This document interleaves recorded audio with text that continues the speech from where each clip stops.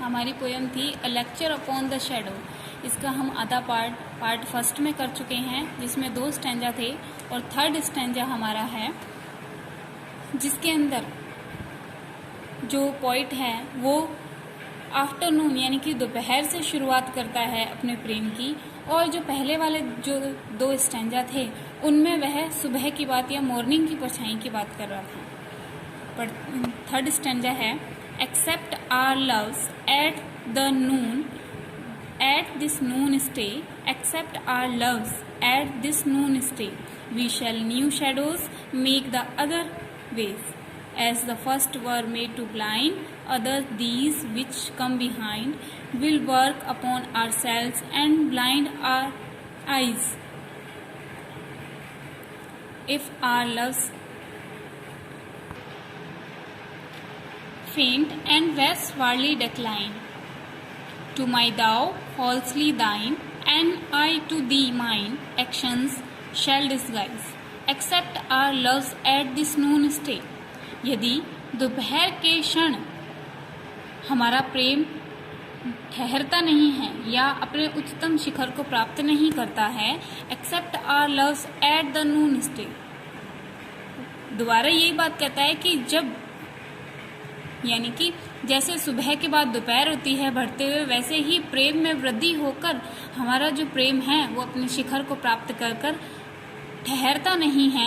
We shall new shadows make the other way, या हमारी जो दूरियां थीं या विचार थे वो मिलते नहीं हैं, तो हम नई परछाइयों को जन्म देंगे या नई परछाइयां बना लेंगे अलग या विपरीत दिशाओं में। As the first were made to blind, और ऐसा लगेगा कि जिस प्रकार से पहले वाली परछाइयों ने हमें शुरुआत में इनिशियल स्टेज पर हमें ऐसा लग रहा था मानो कि अंधा कर दिया है, वैसे ही अब जो नई अदर्स जो दिशाओं में परछाइयां बनेंगी, these which come behind will work upon our self and blind our eyes, वो भी मानो कि हमें जैसे कि अंधा कर देंगे, क्योंकि उनके मति भ्रम होने से या हमें दिग्भ्रमित करेंगी। हमारे जो रास्ते हैं या हमारे बीच जो विचार हैं उनको उन दूरियों को बढ़ाते। नेक्स्ट फोर्थ स्टैंजा हमारा है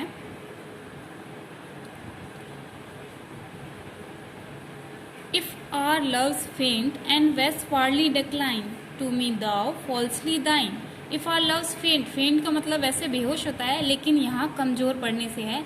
यदि हम दोनों का जो प्रेम है वो शिखर पर रुकता नहीं है या वो कमजोर पड़ जाता है, एंड westwardly decline, और युवावस्था, वेस्टवार्डली यहाँ युवावस्था के लिए लिया गया है कि युवा अवस्था आते आते वह कमजोर पड़ जाता है। टू मी दाओ, तो तुम मेरे लिए, फॉल्सली दाइन, तुम मेरे लिए झूठा व्यवहार करोगी, and I to thee mine actions shall disguise, और जो मैं तुम्हारे प्रति कार्य करूँगा वो तुम्हें झूठे लगेंगे, या ऐसा लगेगा मानो कि मैं तुम्हारे प्रति झूठा दिखावा कर रहा हूँ। The morning shadows wear away, but these grow longer all the day. But oh, love's day is short, if love decay. The morning shadows wear away. सुबह के समय जो परछाइयाँ हमारे ऊपर थीं, wear पहनना होता है, लेकिन यहाँ हमारे ऊपर आने से है कि हमारे ऊपर जो परछाइयाँ आ चुकी थी, इसका मतलब हमने अपनी जो दूरियां थी या भेदभाव था उसको मिटा दिया था। But these grow longer all the day, और उसके बाद जो हमारा प्रेम था वो बढ़ रहा था, लगातार बढ़ रहा था, और पूरे दिन उसमें वृद्धि होती रही। But oh love's day is short if love decay, लेकिन यदि प्रेम बढ़ता रहे तो पूरा बढ़ता रहे तो जो दिन है वो बहुत बड़ा होगा प्रेम का। इफ लव डिके, परंतु यदि जो हमारा प्रेम है वो कमजोर पड़ जाता है किसी भी अवस्था में, तो जो प्रेम का दिन है वो बहुत ही छोटा होगा। और पोइट ने लास्ट की 2 लाइन में लव के बारे में कहा है, लव इज ग्रोइंग और फुल कंस्टेंट लाइट। लव जो है या प्रेम है वो हमेशा निरंतर बढ़ते रहने वाला है, और इसके साथ ही वह पूर्ण रूप से स्थिर, कंस्टेंट स्थिर और प्रकाशमय है, हमें प्रकाश देने वाला है। And his first minute afternoon is night, और उसका जो प्रत्येक क्षण है, प्रथम जो पल है, उसके बाद दोपहर, और उसके बाद जो रात है।